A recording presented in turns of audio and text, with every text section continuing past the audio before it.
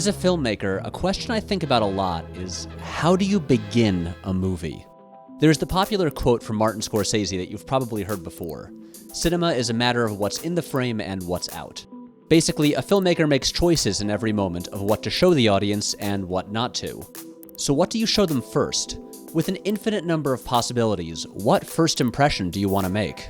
I'm somewhat partial to what I'm going to call the mission statement opening. You know, the one that's like a short sequence, usually about 5 minutes long, that grabs the audience's attention and announces exactly what the movie is going to be. So think of Trainspotting, Jaws, Goodfellas, or Scream. Each of these opening scenes work as miniature versions of the films that follow. One of my favorite examples of this type of opening is from The Matrix, written and directed by Lana and Lily Wachowski. Almost like a James Bond movie, it begins with a cold open action sequence before the real story starts. But unlike a Bond movie, where the opening is usually just some fun action unrelated to the main story, The Matrix is more ambitious. It's common practice for sci-fi films that require a lot of world building to begin with some sort of opening monologue or text to bring us up to speed. You've seen this in Star Wars, Blade Runner, Dune, Dark City, The Road Warrior, Serenity, Oblivion, Pacific Rim, Terminator 2, Looper, and plenty more.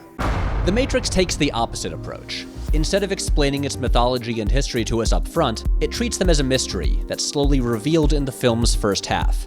The opening scene unfolds like a puzzle, revealing new elements and clues and preparing us for what's to come. For most of us, it's hard to imagine a time when we weren't intimately familiar with every aspect of The Matrix. But try to forget what you know and look at this sequence with fresh eyes. I want to take a close look at what makes this such an effective opening. The first voices we hear are two unnamed people speaking cryptically. You like watching him? Don't be ridiculous. Mentioning someone who might be the one, that they're watching him and are going to kill him. Then, as the camera moves through a bunch of computer code into a tangible world, the first thing we actually see is this guy, a police officer. And the first real character we meet is the lieutenant, who makes the goofy "Juris my diction" joke. You give me that Juris my diction crap. He's an archetypal older police officer, experienced, kinda casually sexist. I think we can handle one little girl. But compared to the weird, super serious agents who wear sunglasses in the middle of the night, we like him. By 1999, decades of movies and TV had taught us that cops were generally the good guys. So even if we don't know what's happening, we assume we're on their side. The cops are all here to arrest this weirdly dressed pale woman, who we can infer was probably one of the people on that phone call. And the way the first few minutes are coded, all signs point to her being a bad guy. Especially when we hear this line. No, Lieutenant, your men are already dead. So wait. This woman is about to murder a bunch of cops just doing their jobs? Yup. And yet, right away, we start rooting for her. Not because of anything she does, but because of a really simple thing. We see her face. While the cops are shown mostly in darkness and in quick shots, Trinity gets a big, well-lit close-up. And because of how we're wired, looking at her face and into her eyes... Those big, pretty eyes. We can't help but empathize with her. Also, it has to be said that even if she's murdering cops, this is cool as hell.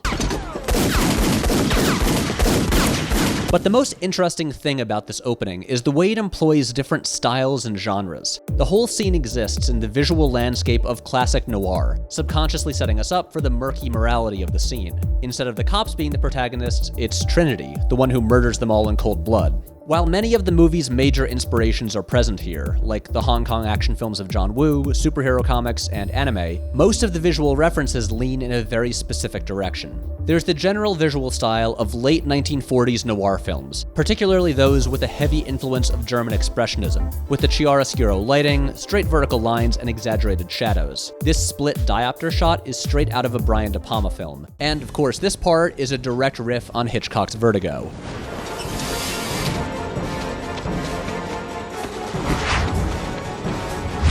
Even with its crazy visual effects and Trinity's shiny leather rave club outfit, this whole scene is taking place within the world of a dark psychological thriller. We don't realize it because we're caught up in the action, but the movie is priming us for the mystery that's going to drive the first act of the story. The look of the agents does this as well. They're clearly modeled on the classic Men in Black archetype. We associate these types of guys with shadowy government agencies covering up alien arrivals, so their presence adds overtones of conspiracies and paranoia, as well as hinting at the sci-fi elements that will arrive later. Like Star Wars 20 years earlier, we see styles and tropes we recognize, but reconfigured and combined in a way that creates something brand new. On a narrative level, this scene tells a self-contained story. We meet Trinity, she's chased, she escapes. But as we watch, a growing list of questions forms in our mind. Who are these people watching and planning to kill?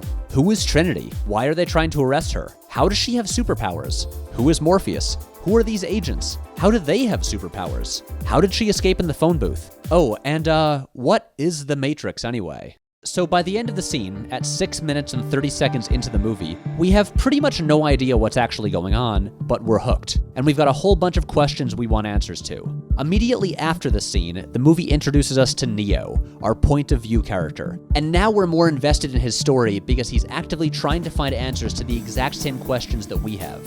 The great trick of this scene is that without telling the audience anything concrete about the story, it announces exactly what the movie is going to be like. It gives a taste of the style and tone and the insane action, raises questions that will all be answered, and shows us something that, at that point, we'd never seen before.